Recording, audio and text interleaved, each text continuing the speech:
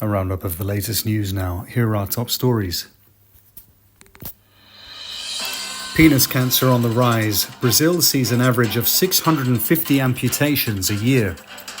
Israel launches anti-Semitism detection device. Londoners bemoan the pitfalls of gentrification. Politics in the Labour Party returns to power after 14 years, and an attempted assassination of US presidential hopeful Donald Trump somehow fails.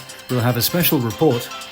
And Spain make it 2 sporting wins in the space of a few hours as they take both the men's Wimbledon tennis final and men's European Football Championship. More on those top stories to come. First to Brazil, where there's been a marked rise in penis cancer, resulting in 6,500 penis amputations in a decade. Studies show that while developing countries are particularly badly affected, cases are rising globally.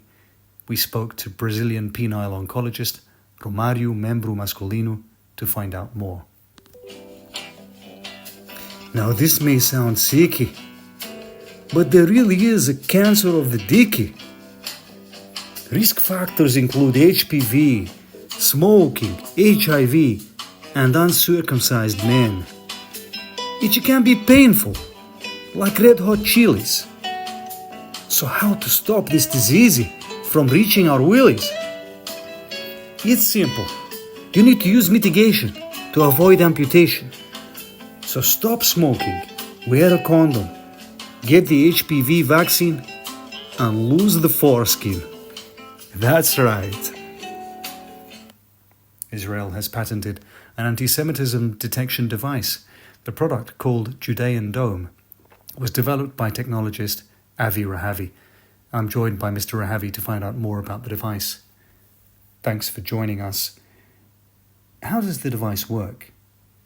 It is essentially an alarm which picks up anti-Semitic impulses and produces an alert sound if there is a concern. Having killed 40,000 Palestinians... Oh, it seems to have gone off. Yes, I will try to stop it, but carry on. Having killed 40,000 Palestinians in the Gaza Strip since October, over half of whom are women and children, and the overwhelming majority civilians, isn't it time for Israel to stop massacring civilians and depriving them of aid? Bob, I said no politics. This is supposed to be an interview about Judean Dome. Is there anything anti-Semitic about calling for Israel to withdraw from Gaza and stop the bloodshed? Look, I need to look into the algorithm to see, but you decide the algorithm, not the device. You're trying to silence Israel's critics under cover of the smokescreen of anti-Semitism, aren't you? Listen, Bob, I have no comment on this. Avi Rahavi, I think we'll have to leave it there. Gentrification has taken hold in a number of London boroughs as wealthy professionals move in, displacing locals from lower socioeconomic backgrounds. One such borough is Southwark. I spoke to local resident Roy Wilkins to find out more. Roy, what's the issue exactly? The issue is they've killed the urban grit. You can't get mugged no more. We used to have drug addicts, knife-wielding murderers, burglaries and all that. Life used to be interesting, do you know what I mean? Now, I leave the house, I've got an overpriced coffee shop, a bloody yoga centre, new build flats where the estate used to be, and a fucking bubble tea place. It's a travesty, mate. Surely bubble tea is simply a function of the diverse multicultural society we live in. Tea shouldn't have bubbles in it. It's actually tapioca.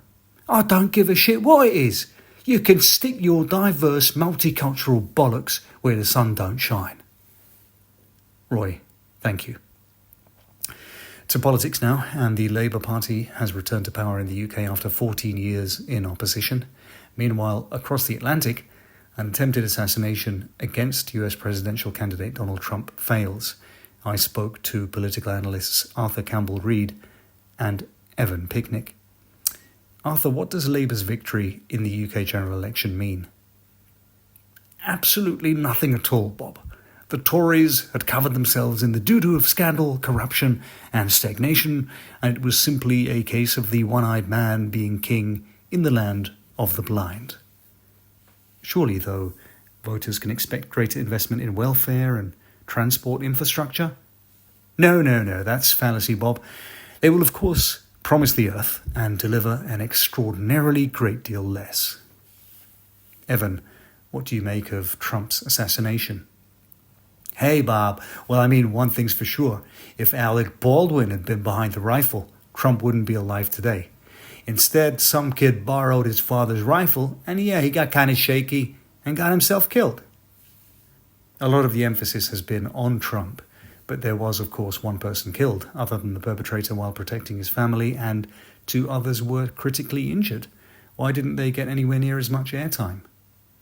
Well, that's simply because we live in a fucked up world whereby the presidential choice is between the senile and the sleazy.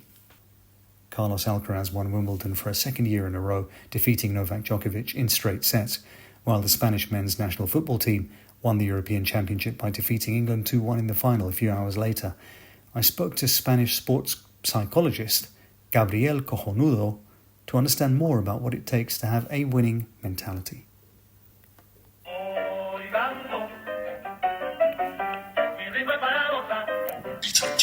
You need to cross the line in your head to get to the end, or you will be dead, because if you show any weakness, my friend, you will fall flat on your face. That's why there's no prizes for second place. You need to be ruthless, mean, focused, and lean. Don't let the opposition mess up your routine. You need to fight every second right until the end. Train, prepare, be efficient with the energy you expend. Don't permit the distractions to mess with your brain. And if you have doubts about yourself, please refrain